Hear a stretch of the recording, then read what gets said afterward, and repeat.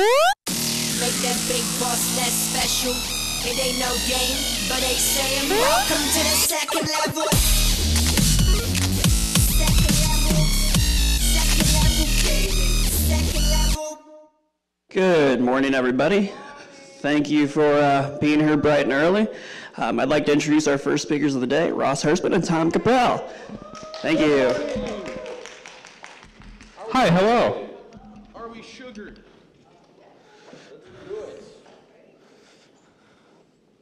Welcome to What's Phase 2. We are talking about legal marketing and publishing strategies for your game and or project in development. I am Ross Hersemann. And I'm Tom Caprel. Hello. Oh man, my mic is very loud. Is it as loud as this one? Yes. Good. Let's switch. Come on in, folks. We have got caffeine. We have got sugar. We are prepared because it's 10 a.m. It's Sunday. Tom, tell the people who you are. Hi, my name is Tom. You already know that part. But I own my own marketing company where I help small game and software developers understand how to get themselves out in the market. I also started a big data company that analyzes essentially markets for MMORPGs and also a little bit of Bitcoin here and there when I can. I know it's kind of a weird word, but it's still something that's very interesting to me, especially with digital markets. I also work with the VGA Gallery in Chicago, where I do a bunch of their events, and I'm on IGDA Chicago with Ross. So that's true.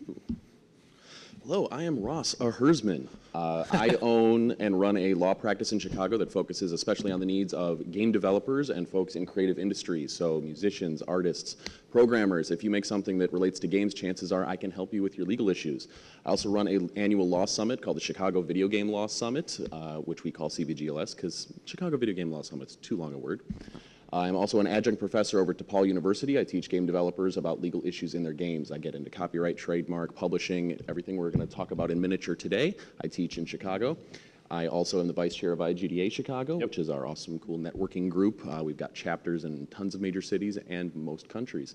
And when I'm not doing that, the last thing on here is I also work with Tom at the VGA Gallery, helping showcase amazing, cool art from games. that's true, and also you're a professor. I am a professor at DePaul. Yes, which is showing some awesome games here today. You should definitely go check them out. Hi, everybody. Also, there's coffee and donuts over there. So if you want coffee and donuts, go over there. It's great. We brought also, it. Diet Mountain Dew. Because no one wants to be here at 10 a.m. because nobody's awake. It's true. So no law talk would be complete without a disclaimer. I have to say that while I am an attorney, I'm not your attorney, and everything I'm saying today is not legal advice. It's just legal information. This is for you to use, question, ruminate on, and then come and talk to me after when you have specific questions. Yep. I don't need the same sort of disclaimer, but you should do marketing. That's my disclaimer. Very important. So the topic of our talk today is called What's Phase 2? And of course, before we get into Phase 2, we have to talk about what's Phase 1. So if you're developing any kind of creative project, this probably looks familiar to you. You're working on bringing your team together. You're brainstorming your projects. You're beginning to think about how you're going to work together. And you're probably starting to hit roadblocks about how do we find money? How do we finance this? How do we make sure that everyone gets credit? How do we make sure that everything is taken care of and on the up and up? And that's all great. And that's why Phase 2 comes in right after that. Usually when my clients come to me, they're usually asking me legal questions. They might also ask me marketing questions, in which case I turf them over to Tom here. But the first two legal questions they always come to me about are, we want to set up some kind of corporation so that we can handle our money, where it's going, how we handle all of our liability. And also we're creating a lot of content, a lot of new IP, and that might be copyright. They might be creating a brand, so they might have trademarks they want to register. They might even have patent stuff, and they want to know what to do with it. So I'm going to burn through this real quick because I want to make sure that we leave a lot of time for questions at the end. I want to make sure that we can leave enough time for publishing. But usually when you're putting together your team, you want to set up some kind of corporate entity. And what that means is you're starting a corporation, a limited liability company, a limited liability partnership. And the whole notion behind that is you want to set up some kind of official governing structure to protect what you make and your finances. The format of which one you choose depends on a couple different factors. So for example, if you're here in Missouri, LLCs are really, really common. They're very easy to set up. They're also very inexpensive. One of the advantages to them is that they're very easy to manage. You can add members to your board, take them off. The tax structures are very simple. I do have to say one advantage to corporations over limited liability companies is a couple tax nuances. So, for example, a lot of people want to file in Delaware because it's very fancy, so there are tax incentives there. Yeah, and just to give some context too, incorporating yourself can sound like a really scary thing and something that doesn't seem as necessary, but especially as someone who's had to do that for their small business at least once. It's incredibly important because you're protecting yourself not only from a tax perspective, but also from a legal perspective. I mean, there's a bunch of different things that it's one of those things that's like for $105, if you don't have to worry about this stuff for a while, it's totally worth it.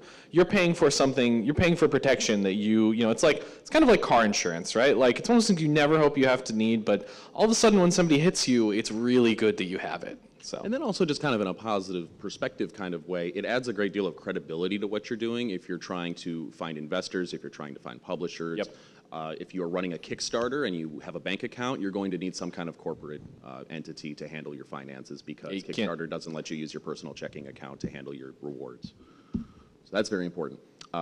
Intellectual property is equally important. I've got a couple different kinds here. Copyright is the most common. Copyright applies to an original work of authorship fixed in a tangible medium of expression. What that means is that is the art, that is the written word, that is the sound, that is the overall look of your game. All that creative content falls under copyright law. Trademark, on the other hand, is the brand that's associated with either your game or your company. So if your company name is Bungie, that's your trademark. And it also applies to the little bouncing ball design logo, all the aesthetics of that. It's how you indicate to your audience the origin of the source of what you're making. That falls under trademark. Now, trade secrets, literally anything that is kept secret that has some kind of financial value. Think of the recipe for Mountain Dew or Coca-Cola, a particular kind of algorithm in your programming. These things can fall under trade secret. And then patent applies to usually, in the video game context, either some kind of special mechanical device like your very innovative controller for your game, or potentially even some of the underlying mechanical software that's driving your game. Some of that can fall under patent. A user interface, for example, if it's particularly innovative or fancy, can fall under patent too. Patent's great for protecting your stuff. It's not going to fall under the scope of what we're talking about today too much. Here's some more information about copyright and trademarks. I mention these because they're very, very important. These are the two biggest things that apply to most games in development. One of the biggest differences between the two is duration. Trademarks can potentially last forever and ever. Think about Coca-Cola, think about Ford. These are brands that have been around for generations. Copyright also lasts a very long time, but not indefinitely. Currently, all of the games that you're making are going to last however long you live, plus 70 years, unless Disney switches it up for Mickey Mouse again, which they always do. Copyright is very inexpensive to register. It's not always even necessary to register, but there's some advantages to registering your copyright in your game. For example, if you want to enforce your copyright against other people, like game clones on app stores, you have to have a copyright registration if you want to start suing people for copyright infringement. It's also very inexpensive and very simple to do. Now, trademark is a little bit more expensive than copyright, depending on what kind of mark you're doing. It's usually a couple $100. I believe it starts at $325, and the way that the USPTO, which is the United States Patent and Trademark Office, organizes their trademarks is they set them up by class. And I've got a couple classes here that apply to video games, 9, 41, and 42. And this is where most of what you're making is going to fall. So if you're making a game, it's going to fall under 9. If you're creating a studio or selling services in addition to goods, it's probably going to fall under 41 or 42. And the idea there is that the USPTO wants to kind of separate and remember different brands for different products. So while Ford is something that's affiliated with cars all the time, and they have that kind of market locked down, if your last name is Ford and you sell produce, there's a good chance you could get a trademark in the name Ford. Even though it's such a known brand for cars, it's not known for produce. So you could probably get it there. Take us away with marketing. Yeah, so another big part that's really obviously very important on the marketing side, and really the two things that I want to focus on in this talk is community building and financing crowdfunding. So in this sense especially, community building is kind of, at least in my mind, one of the most key things for small developers. Financing crowdfunding certainly is going to be a part of it because it's something that I think a lot of people are thinking now, especially from ways to raise money, but those are the two things I really want to cover. Yeah. Definitely.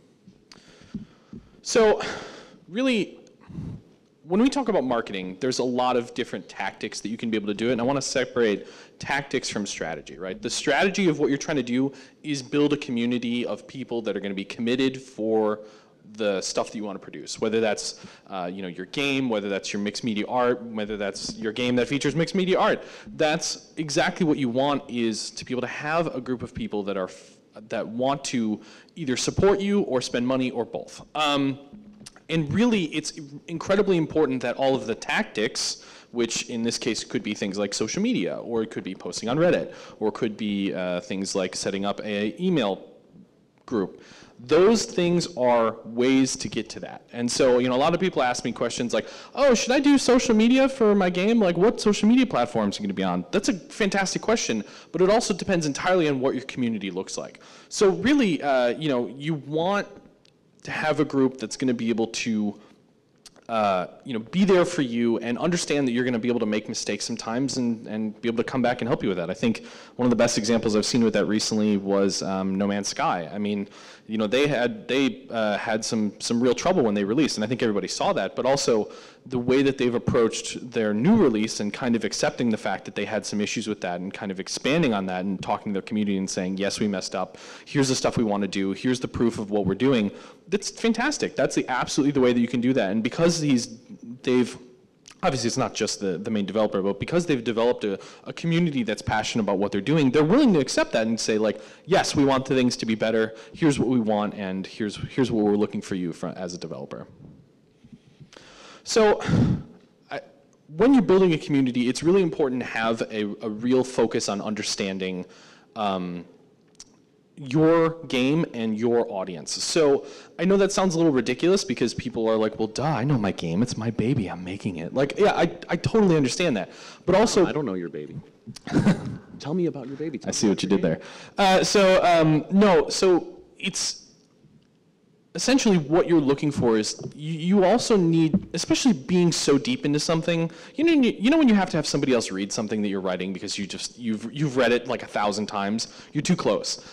You also need to be able to have that same perspective of your game. You need a 1,000-foot perspective. Like, what exactly is your game going to be? Why are you putting it together? And what sort of audience is going to be focused on that? Like, what would the actual cost be for something like this? And a lot of this stuff is going to require research, but it's really important to understand that because it gives you that sort of 1,000-foot context of understanding how exactly you can approach marketing in a way that's going to be beneficial for your community and which tactics you're going to be able to do. So you have to know your audience, right? Like, if you're making a mixture of a platforming and a fighting game and something else, do you choose the fighting game community? Do you choose the platformer community? How do you engage with those in a different way? How do you approach the fighting game community if it's also a platformer? How do you enjoy, if you're making something that doesn't fit into, some of the exact circles, and even if you are, it's really important to understand where that community is.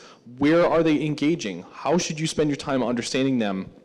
I mean, are you participating in them? Is this something, if you're making a fighting game, have you been in the fighting game community for a long time? Or is this your first venture into it? Because you're going to approach it very differently if you're doing that. And it also, it also depends entirely on where those communities are. If you're a part of the fighting game community, you might already understand, like, oh yeah, no, I'm going to go to this subreddit where all these people are talking about this stuff. That's where I'm going to engage with them. So. And so really going back to the actual tactics behind it. So there's a lot of different ways that you can do that. I mean, and there's a lot of things that I tell people from the beginning that's really important to do almost always. Having a good website that's kind of the central presence for what you need to do is always important. Having social media of some type, whether that's Instagram, Twitter, probably not Facebook, maybe sometimes, if you're going to do advertising, Facebook's especially helpful. And it's also to split your time understandably between traditional and new media. And this also helps you, where you have to understand the difference between where your audience is. Are they reading traditional media? Are they, looking at YouTubers or new media where they're really passionate about that? What's the difference? Where can you find them? There's also a couple other important ones. I can't really see the screen from here, so I'm gonna have to look behind me. It's also really important, and these are kind of just tactics that I tell everybody to do. It's incredibly important to be consistent. People want to understand your brand, and I know that's really kind of a word like, oh yes, my corporate brand. Like, no, like people, if you're creating art around your game and you have a specific look and feel to your game or using a specific language because that's what you like or that's what you think your game is, people are going to want to see that in that exact same way everywhere. So if you're going to share something in one way, it's important for people to understand that recognition and to see that a ton of times. They'll go like, oh yeah, I remember, that's that cool art from that game. Oh yeah. I mean, I think one of the best examples I saw of that a while ago was, wow, my brain just totally stopped. It's definitely 10 a.m. on a Sunday. Wow, I'll continue to think of it while I talk about other things. And also, I really think it's important to share everything. I know there's been a lot of questions about that recently, especially about the Holio issue. Have you guys heard about that? There's an indie game coming out called Donut Country. Have you guys seen that? So it's essentially an indie game where there's a hole in the ground, and it's this story-based thing where it's kind of like Katamari, like the more things you eat, the bigger you get, but it's a hole in the ground. There was another developer who took that idea and made a game before they could release. And one of the things that came out of that was the developer said, like, if I knew this again, I wouldn't share anything about my game until later. And I think that's not the right lesson to learn from that. I think if you're inventing if you're creating really inventive products, and especially from a legal perspective, that's why it's important to protect yourself in case something like that happens. Especially when you're talking about branding, everything from Conan O'Brien's hair, which is actually trademarked, to someone's glasses. Right. All of that stuff can fall under. Or having a hole in the ground eat things. That could fall under at least 3 different things legally. Right, exactly, and that's why it's important to have a lawyer. But it's incredibly important that if you are concerned about something like that, or you're concerned that someone's going to steal your fancy idea, to maybe take 5% off the top that you're worried about and kind of keep that a little bit closer to the chest, hidden under your vest. But to actually build a community effectively, people are going to want to see as much as they can about your game. Whether that's art that you're coming up with, whether that's some cool sound clips that you put together, whether that's concept things that you're creating, stuff about your life as a developer.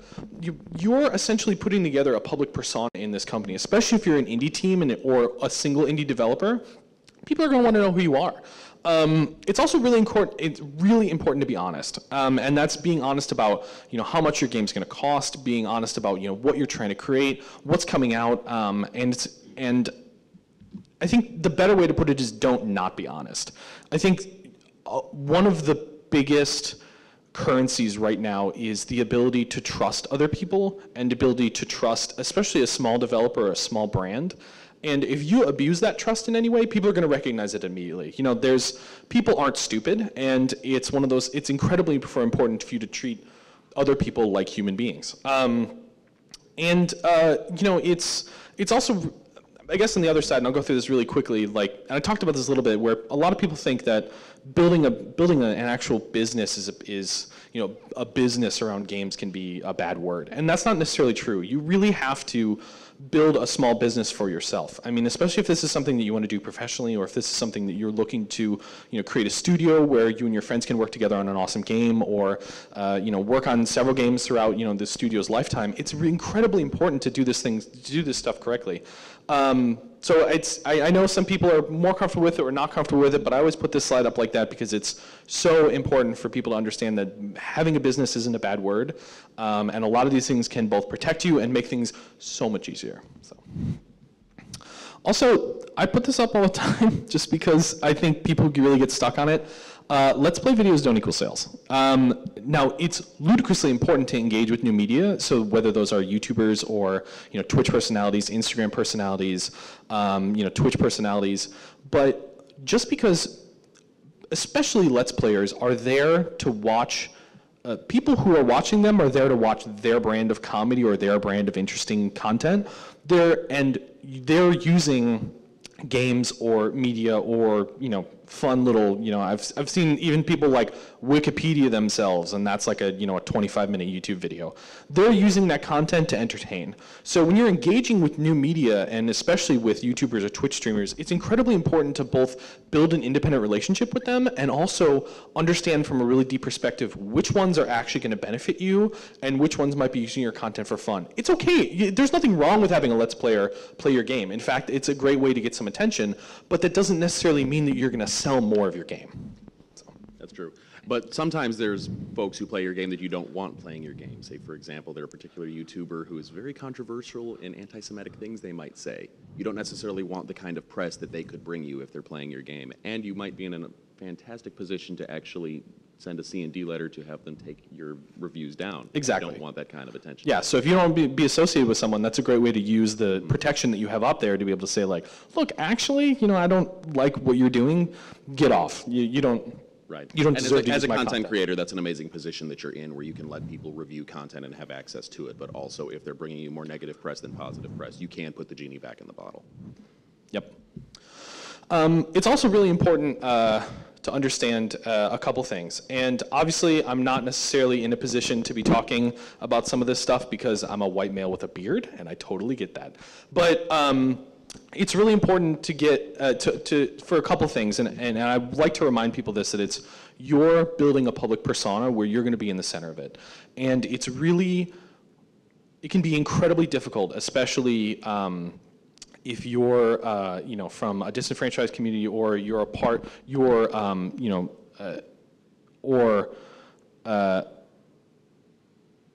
struggling. There's real barriers there, and I totally get that. But it's okay also to make some mistakes. If you have built yourself a community that's going to be really understanding of who you are and what you're looking for, if you're going to make mistakes, and obviously this isn't, let me be really clear about mistakes. You talk about something that might be in your game and it's not going to be in your game. People are going to be more understanding of that. And I'm not saying you can talk about, if you have some crazy, insane belief that you're talking about, that's not, no, that's your problem, and you got to work through that. But that's what I mean about mistakes. When you're building a community, people want to support you.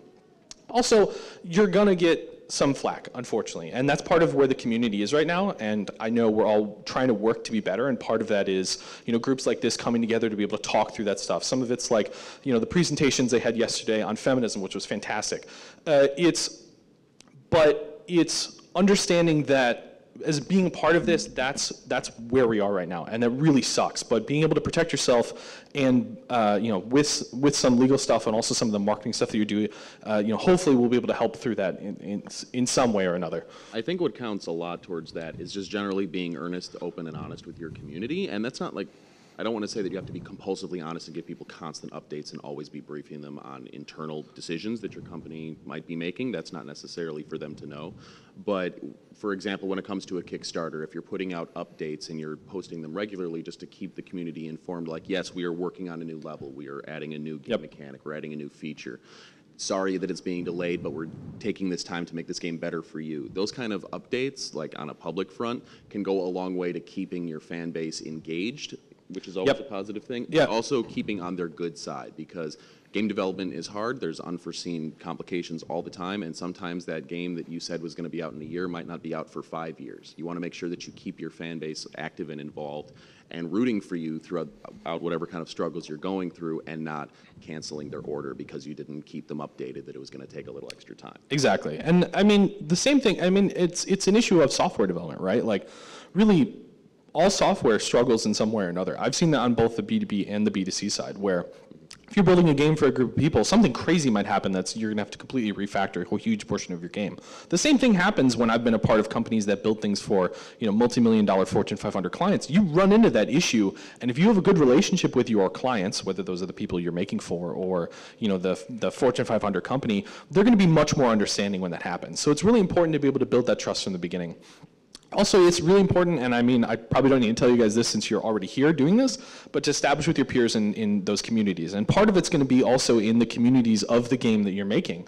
There was some fantastic presentations yesterday about the fighting game community with Guilty.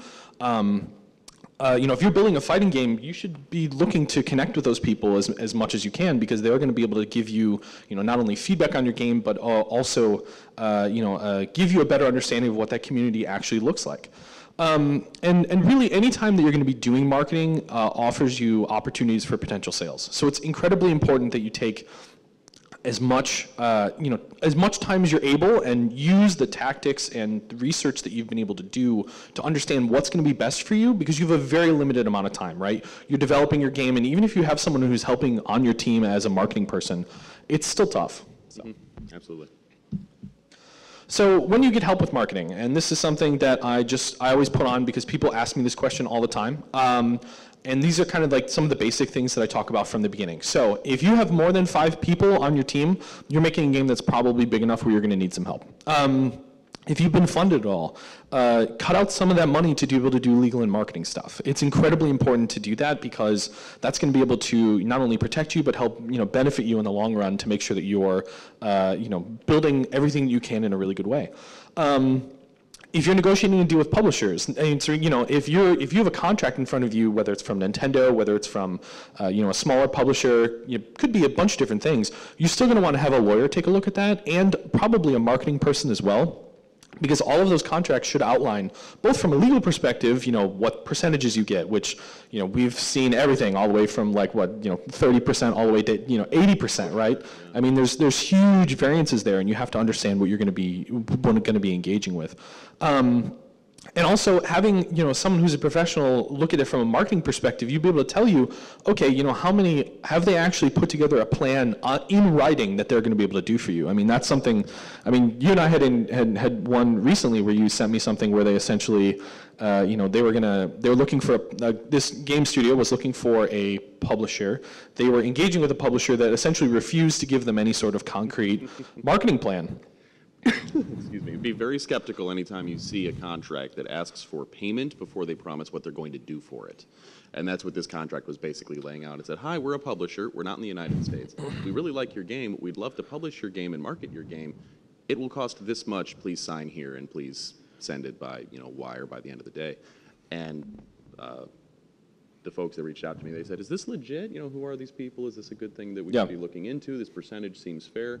And it's like they haven't told you yet one thing they're going to do. What is publishing? What is marketing? What are they, are they going to send some tweets out for you? Do they know a guy at Nintendo? Do they know a guy at Sony, at Microsoft? Right. How are they going to be promoting your game? Do they know Twitch players? Do they know Let's Players? Do they know someone who's going to give you visibility in the marketplace that's going to translate to sales? Are they going to help you get through ESRB clearance? Are they going to help you do anything that you can't do yourself already, and why does it cost this much? None of that was on paper, which means it is not enforceable in any way. So right, and we'll talk more about that in the publishing section. If you're getting major press, that's really important because it's really hard to manage all of that stuff at once. I've heard people essentially say, once things blew up, it was too hard for them to handle. If you're getting tons and tons of press on your game, it's incredibly important to have someone help you with that, to manage those relationships and manage that, so you're getting the kind of press that you want in the kind of communities that you want. It's also important to, if you're releasing on more than one platform, there's a lot of difficulty associated with that. So if you're not just releasing on Steam, it's, and you're also doing Xbox and PlayStation, those communities engage in different ways in different areas. And absolutely. Unless you have the time to research that and figure out what's going on with that, it's incredibly important to have someone help you. If you're making any type of mobile game, I spent 5.5 years in the mobile industry, and I saw kind of, especially the big wave come through of explosive mobile work, and because of that, it's really, really hard to, it's not only hard to get recognized, it's hard to get sales. There's a real barrier right now to mobile, and part of it's just the volume of it, and part of it's also the challenge of mobile in particular, and I know you guys have seen that probably in the stuff that you've done, but you really need someone who's going to help you with that. And also if you've already had a successful game. I talk to a lot of people who are like, yeah, we're just going to say like, oh, from the makers of XYZ comes a new game, which is fine if you're making like, whatever the name of your game is 2, or like, the sequel or the prequel. But if you're making a different type of game with a different type of community, you need to have things set up in the right way to be able to translate those people into excitement for your new game, and also make sure if it's in a different area or different style of game, that those people are going to be excited. And just because you might have experience in one community doesn't necessarily mean it's going to translate well to the other one. So, from the makers of Crash Bandicoot, Uncharted, totally different games, totally different player demos. Amazing studio, both amazing games, but completely different marketing campaigns. They would never do it that way. So, all All right. It begins. All right, so we got through some preliminary setup phase 1 legal stuff. We got through some awesome marketing stuff. Now we're getting into what a lot of people really want to get into, which is publishing perspectives. We're going to talk about some legal stuff. We're going to talk about some marketing things. And then afterwards, I really want questions from all of you because I know that you've got some really good ones. So we're going to try and leave a lot of time for that. But first, if you're dealing with a publisher, you want to make sure that you shop around. The kind of cautionary tale we just told was a situation where a publisher reached out to us, the game makers, and said, we want to publish your game. That can be really exciting. That can really stroke your ego. That can make you feel very validated, like you're doing something really great, and you might want to say yes, especially if there's a big name attached to that offer. But you also want to be very wary. Sometimes with those big offers come big strings. They might try and take advantage of the fact that you're the little guy and they're the big publisher. They might offer you a bad deal. They might try and write in a lot of requirements or a lot of rights taking that you do not want to be playing with.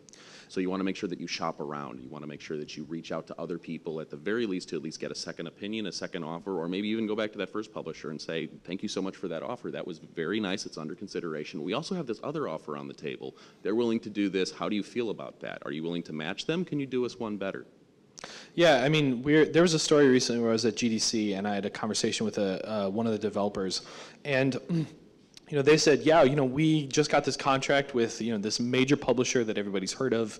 We're so excited. This is going to really blow up for us. All this stuff, and I said, oh, that's fantastic. I'm in marketing. Tell me a bit about. I've always wondered what this XYZ publisher is going to do for you when it comes to actual marketing stuff. Like I certainly don't. You don't have to explain your contract to me, but could you tell me a bit about did they commit to some YouTube stuff or some Twitch things? What are they going to feature you on their website or their store? And they were like, oh yeah, no, they didn't. There was nothing about that. I was like, wait a minute, wait, there was nothing? And they're like, yeah, no, it was pretty much they just our handler kind of told us there are going to be some cool stuff, and yeah, it's going to be super great. I'm like, oh my god.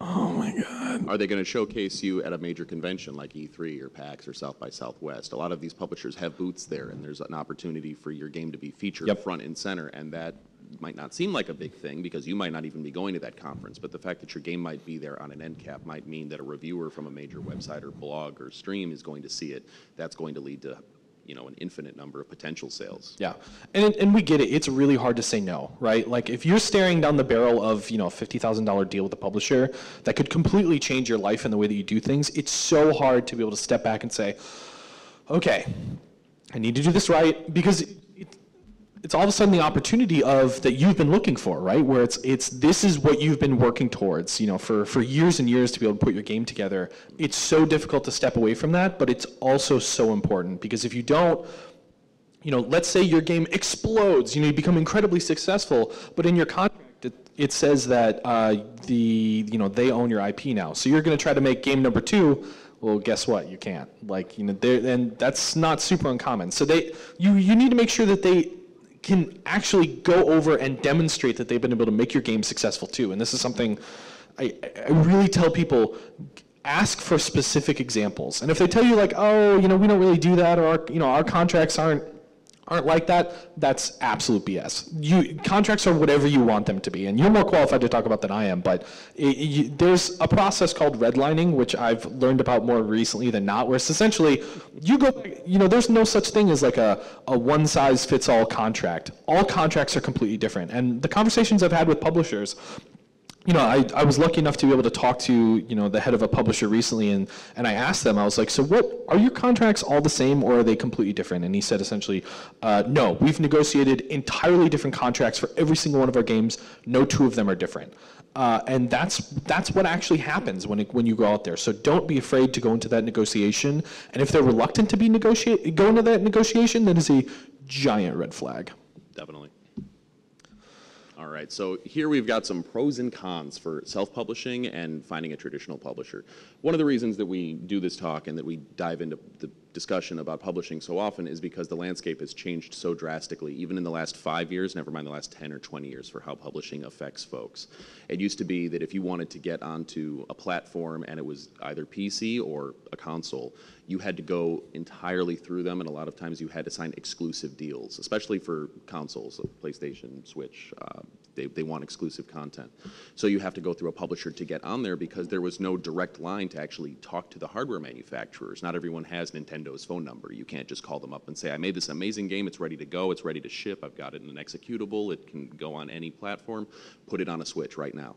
You don't know how to get a hold of them, much less make that pitch. So you kind of had to work through intermediaries like publishers. Now we're in a little bit of a different space where people can self-publish. You can put something out on your own website, you can put it out on Steam, you can put it on the mobile stores, pretty much all on your own. And the question is, why do you go with a publisher at all if you can do it yourself? Yeah. Publishers in many ways are marketers now more than they are content releasers. They have those lines of communication open where they can take your content and get it into the hands of the people who can put it in front of other people.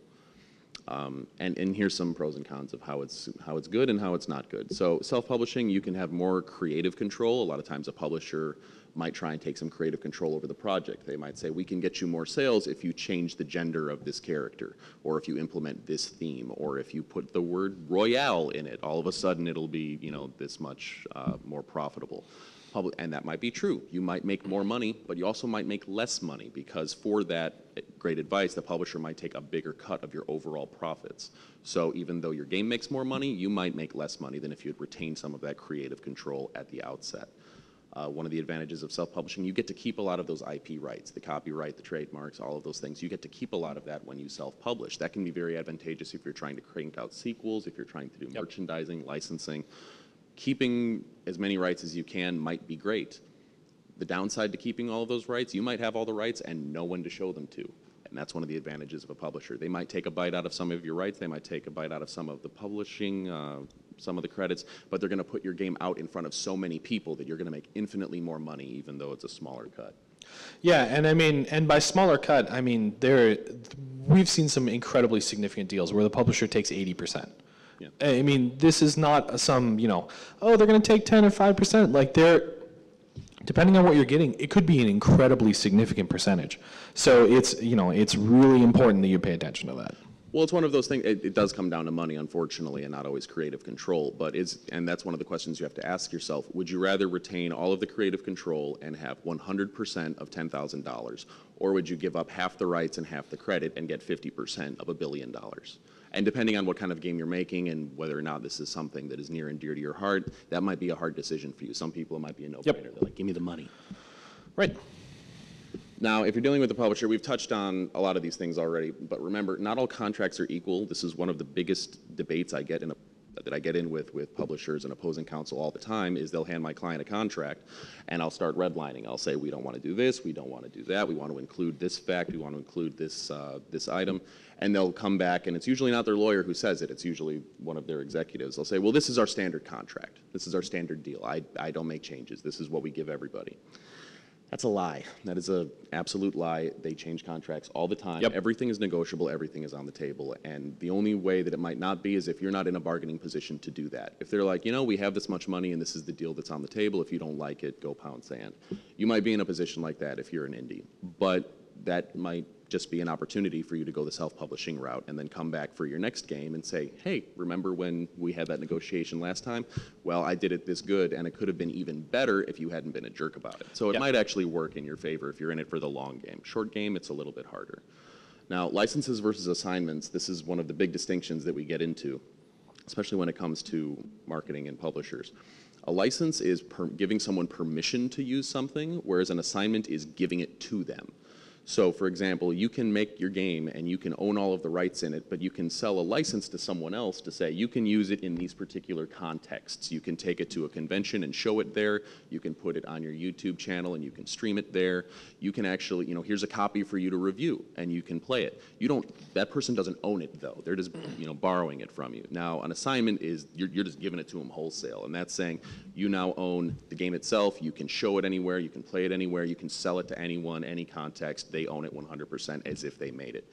And depending on the numbers involved, one of those things might be more advantageous to you. So that's something that you really have to have very straight in your contracts, because you don't want to be in a position where you make this amazing IP and you want to develop it for 10 years and you find out, oh, I thought we were just licensing it to the publisher, but now we gave it to the publisher and they own it and they're going to release it on a toaster.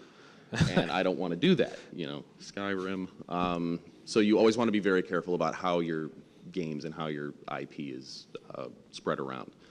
Now, I've also got localization on here, and that gets more and more important every day when we're getting into a global economy, because localization used to just mean we need to translate all the text in our RPG into other languages so we can sell it in more places and we can get more sales. We have to make sure we have it in French, we have it in Spanish, we have it in Japanese. Yep.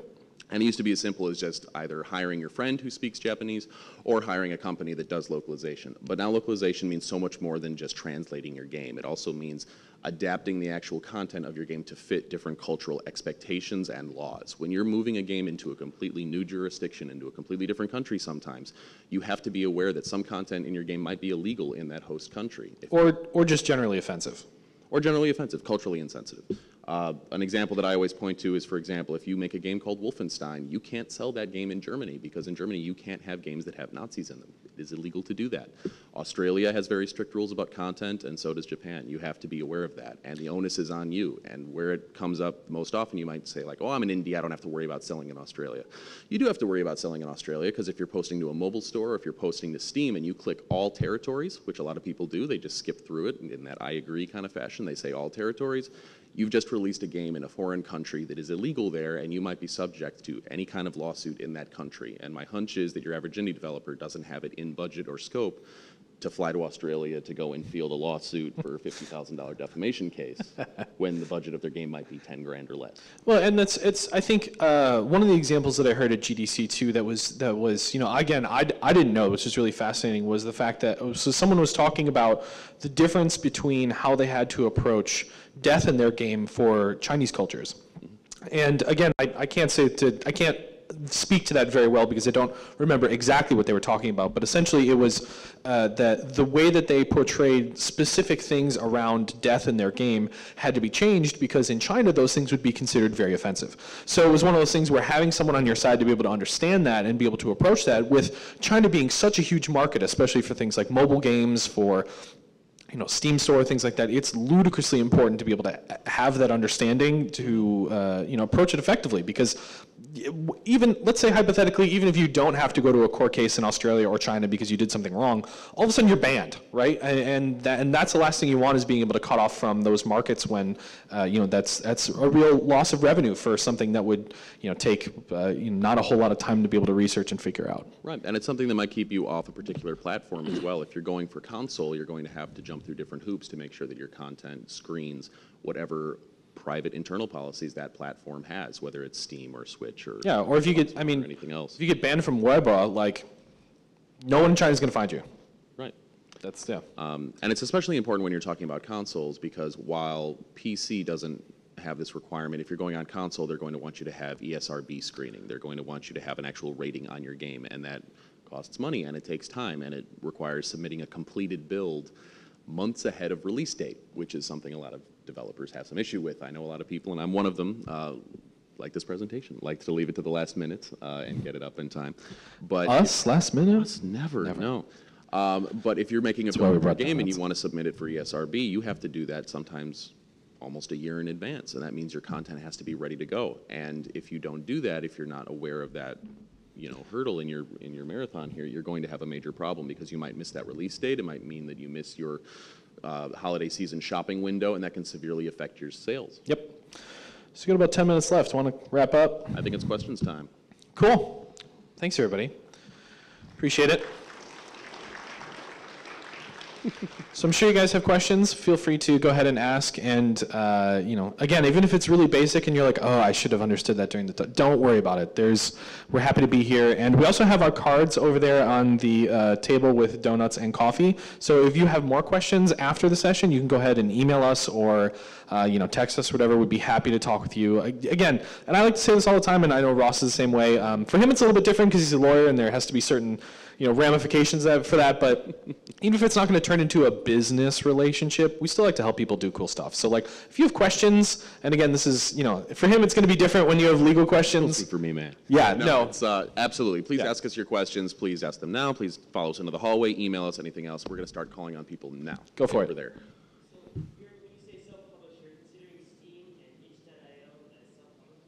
Yeah, so the question was if Steam and itch are self-publishing, and yeah, that's a great example of two self-publishing platforms that you can use. But a publisher might also put them out on those platforms as well. So right, so those are platforms, not publishers. A publisher is someone like Devolver or one of the major studios like EA. So they would take your game and then put it on itch.io or on Steam or on the mobile stores. But yes, if you were self-publishing, you'd probably put it up there as well. Mm-hmm. Good.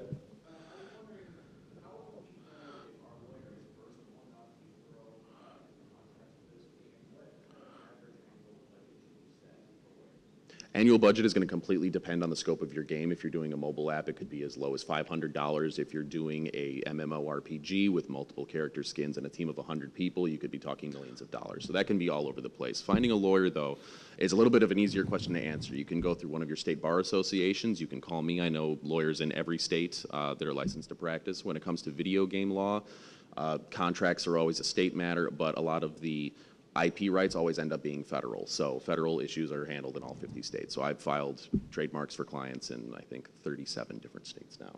Nice. So yeah, happy to answer specific questions if you have them afterwards.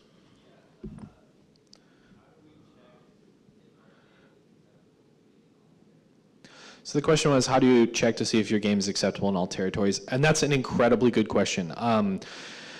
There are companies that can help you do that, and we're both aware of some of them. And I mean, certainly there's some research that you can do on your own to be able to figure that out. But part of it is understanding and kind of planning what I've seen a lot of people do is have staged releases where okay, I'm going to release to the United States and the UK, and then 2 weeks later it's going to be translated to French and Spanish and be able to do that, and then beyond that even more. So it gives you that time to be able to do that, but you do need to work with a professional or a company to be able to help you understand that. You can certainly do some of the research on your own, and if your game's a relatively simple, not just an action-based shooting game, and that doesn't have a whole lot of story behind it. It depends entirely on what your kind of game is, and that's why it's very difficult to understand, or not understand. It's very difficult to know whether or not that's something you should be paying attention to incredibly deeply. I think it's always something to take a look at,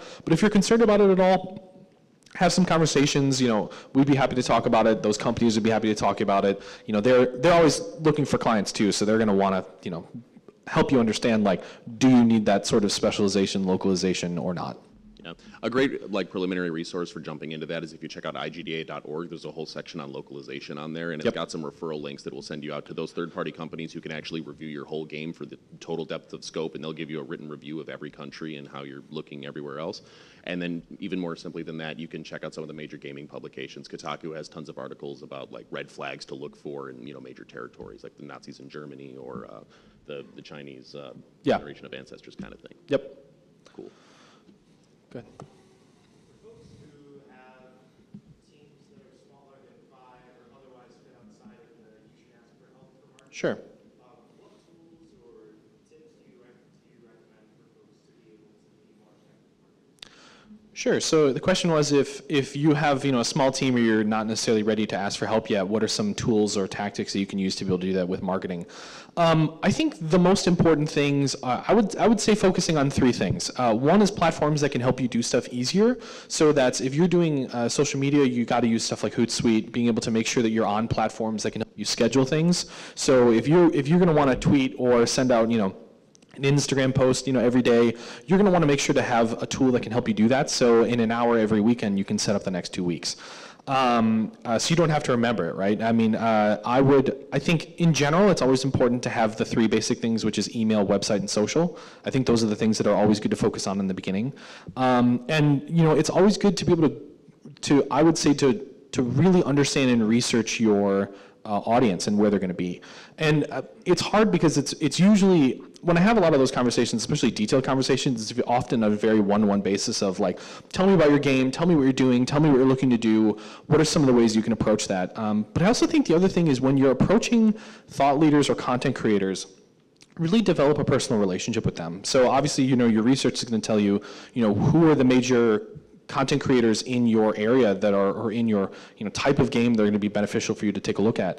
Beyond that, how do you engage with them, and what's the best way to do that? And it's really developing a personal relationship where it's not just sending them an email that's like, oh, hey, check out my game, here's a key, or here's 5 keys to give out on stream. It's actually like, hi, this is my name, this is what I'm doing, let's talk about this. I'd love to be able to help you with your brand, here's how you can help you with mine. Or I've even seen stuff where people create like custom things to send to developers, like if you're doing an action platform that's kind of like Indiana Jones or something like that. I've seen people like take like a small crate that they put together with like that weird crate, like 1910 crate packing stuff. I don't even know what that's called, and like have like a gold like idol in it that's just made of plastic, and then they like write their information on it and stuff like that. Like that's going to help people pay attention because all of a sudden they're receiving something that's it's very different. So there's a lot of different ways that you can engage with those people to really get them excited. So, and we can talk more. Absolutely, come talk to me. Did I see a question over here as well?